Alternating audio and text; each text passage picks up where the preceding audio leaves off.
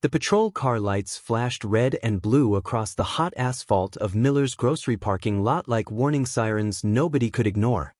Sheriff Mike Thompson killed the engine, his boots hitting the ground with a heavy thud.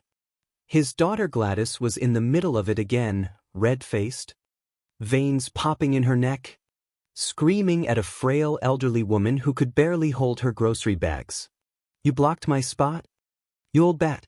I called the sheriff and he's gonna haul you away," Gladys shrieked, jabbing a finger so close the poor lady flinched. The smell of burning rubber from Gladys's slammed brakes still hung thick in the air. Shoppers froze in their tracks, phones already up, murmuring, "Here we go." Sheriff Thompson's stomach dropped the second he recognized the voice. Gladys. His own flesh and blood. The girl he'd raised alone after her mom passed. The one he'd spoiled rotten because he felt guilty for all the late nights on the job. He sighed deep, the kind of sigh that carries years of regret, and walked straight into the storm. "What in the world is going on here?" he boomed, voice steady but tight. Gladys spun around, her mascara already running in the bright sunlight. For a split second her eyes lit up like she'd just won the lottery. "Daddy, thank God you're here.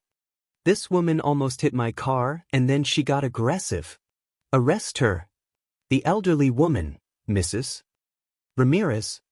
Everyone in town knew her from the Veterans Center, stood trembling, purse clutched to her chest like a shield. I just parked where the lines were." "Officer." She came flying in and, "Save it," Gladys snapped, cutting her off. "My dad's the sheriff. He knows how this works." Sheriff Thompson rubbed the bridge of his nose. The crowd grew thicker, whispers turning into full-blown chatter. He could smell the mix of hot pavement, cheap perfume, and pure entitlement rolling off his daughter. He'd heard the 911 call on the way over, false report, disorderly conduct, the whole Karen playbook. Body cam footage from the deputy who arrived first already painted the picture clear as day. "Gladys," he said, low and even, the way he talked to perps who were about to make things worse. Step it. "Now." She laughed. That sharp, bitter laugh that used to get her out of trouble. "Come on. You're really gonna side with her? Over your own daughter?" He didn't answer right away. Instead he turned to Mrs. "Ma'am, you okay?" She nodded, tears in her eyes. The store manager stepped forward, arms crossed, nodding like he'd seen this movie before. Sheriff Thompson pulled out his citation book, the leather creaking in the silence. The crowd held its breath. You could hear the wind rustling the leaves on the old oak by the entrance, the distant beep of a reversing truck, Gladys's heavy breathing like she was about to explode. "Gladys Marie Thompson," he said, loud enough for every phone to catch it. "You are being cited for disorderly conduct, false report to law enforcement, and harassment." He tore the ticket off with a sharp rip that echoed like a judge's gavel. "And you're going to apologize." "Right now." In front of everybody. Her mouth fell open. The color drained from her face so fast it looked like someone flipped a switch. "Dad, you can't be serious. This is humiliating." He stared her dead in the eyes. The same eyes he used to rock to sleep when she was little. "Humiliating? Try explaining to the whole town why my daughter thinks the law doesn't apply to her because her last name is Thompson.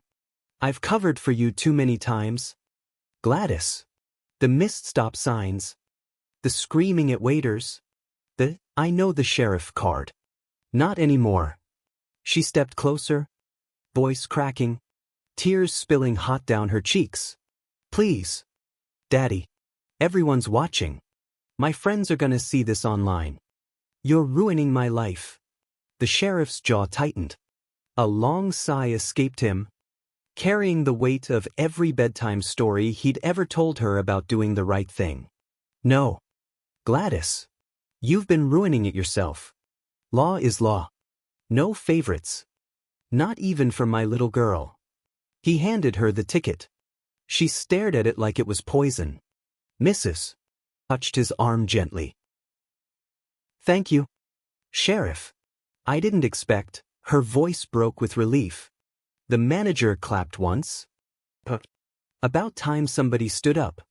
Gladys's shoulders slumped. The fight drained out of her in one shaky breath. She turned to Mrs. Voice barely above a whisper. I am sorry. I was wrong. The words sounded like they burned on the way out. Sheriff Thompson nodded once. You'll also be doing 20 hours of community service at the Veterans Center, starting tomorrow. And your car keys are mine for 30 days. Walk home today. Think about what you almost cost that woman. The crowd erupted, not in boos, but in stunned applause. Phones lowered. Someone even whistled. Gladys stood there, cheeks flaming, the bright sun beating down on her like a spotlight she never wanted. She wiped her face, turned on her heel, and walked away, sneakers scuffing the pavement, the sound small and defeated. Later that evening, back at the station, Sheriff Thompson sat at his desk, badge glinting under the fluorescent lights. He stared at the family photo taped to the monitor, him and Gladys at her high school graduation, both smiling like the world was theirs. He sighed again, deeper this time, and whispered to the empty room. Had to be done. Kiddo. Word spread fast through the small town. By morning the video was everywhere. But instead of outrage, people posted things like, real justice starts at home, and, proud of our sheriff. Gladys stayed quiet for weeks. No more screaming matches at stores. No more, my dad's the sheriff, flexes. She showed up at the Veterans Center every day, helping Mrs. Ramirez fold flags and listen to war stories. The bitterness lingered in her eyes sometimes. Sure. But something else grew there too, humility. Sheriff Thompson never bragged about it. He didn't need to. Because that day in the parking lot, under that bright blue sky, he showed the whole town what real leadership looks like. It's not about protecting your own at all costs. It's about protecting what's right, even when it hurts like hell. And if you're out there wondering whether blood is thicker than justice, well, ask Gladys Thompson. She learned the hard way. Sometimes the toughest love comes from the badge you never expected to turn on you. But in the end, it sets everyone free, including the ones who needed it most.